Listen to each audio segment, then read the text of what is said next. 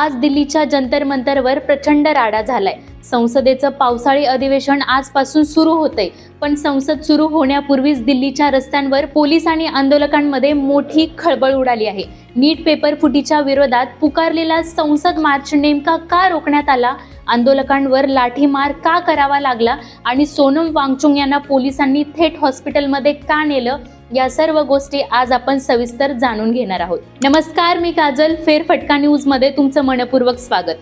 हे प्रकरण आहे नीट परीक्षा पेपर फुटीचं। या घोटाळ्याच्या निषेधार्थ कॉकरोच जनता पार्टी म्हणजे CJP आणि प्रसिद्ध सामाजिक कार्यकर्ते सोनम वांगचुक यांच्या नेतृत्वाखाली गेल्या अनेक दिवसांपासून जंतर मंतरवर आंदोलन सुरू आहे। आज संसदेच्या अधिवेशनाचा पहिलाच दिवस असल्याने या आंदोलकांनी संसदेकडे कूच करण्याचा प्रयत्न केला, पण पोलिसांनी त्यांना जंतर मंतर आणि विजय चौक परिसरातच अडवलं। परिस्थिती तेव्हा बिघडली जेव्हा आंदोलकांनी पोलिसांचे बॅरिकेड्स तोडून पुढे जाण्याचा प्रयत्न केला।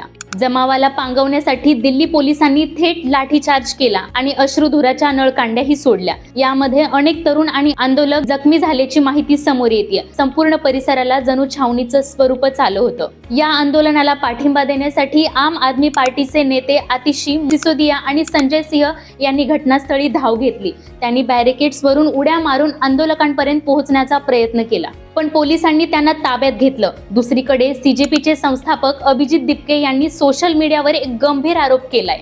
त्यांच्या दाव्यानुसार पोलिसांनी जंतर मंतरवर दगडांनी भरलेले ट्रक्स उभे केले आहेत, जेणेकरून शांततापूर्ण चाललेल्या या आंदोलनाला बदनाम करता येईल।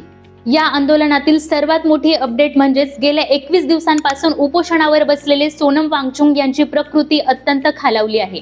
त्यामुळे दिल्ली पोलिसांनी त्यांना जबरदस्तीने सफदरजंग रुग्णालयात दाखल केले, पण डॉक्टरांच्या निगराणीत असतानाही वांगचुक यांनी रुग्णालयातूनच आपलं उपोषण सुरू ठेवले। सध्या त्यांच्या अनुपस्थितीत त्यांची पत्नी गीतांजली आगमो यांनी जंतर मंतरवर आंदोलनाचं नेतृत्व करत आहेत। सध्या संपूर्ण नवी दिल्ली भागात कलम 163 लागू करण्यात आलाय। जंतर मंतर व्यतिरिक्त कुठेही गर्दी करायला बंदी आहे। दिल्ली पोलिसांनी लोकांना कोणत्याही अफवांवर विश्वास न ठेवण्याचं आवाहन देखील केले। तर नीटच्या विद्यार्थ्यांच्या न्यायासाठी सुरू असलेल्या या आंदोलनाबद्दल आणि पोलिसांच्या या कारवाईबद्दल तुम्हाला काय वाटतं? तुमचं मत खाली कमेंट बॉक्समध्ये नक्की सांगा। व्हिडिओला लाईक करा, शेअर करा आणि अशाच नवनवीन माहितीसाठी आपल्या चॅनलला सबस्क्राईब करायला विसरू नका।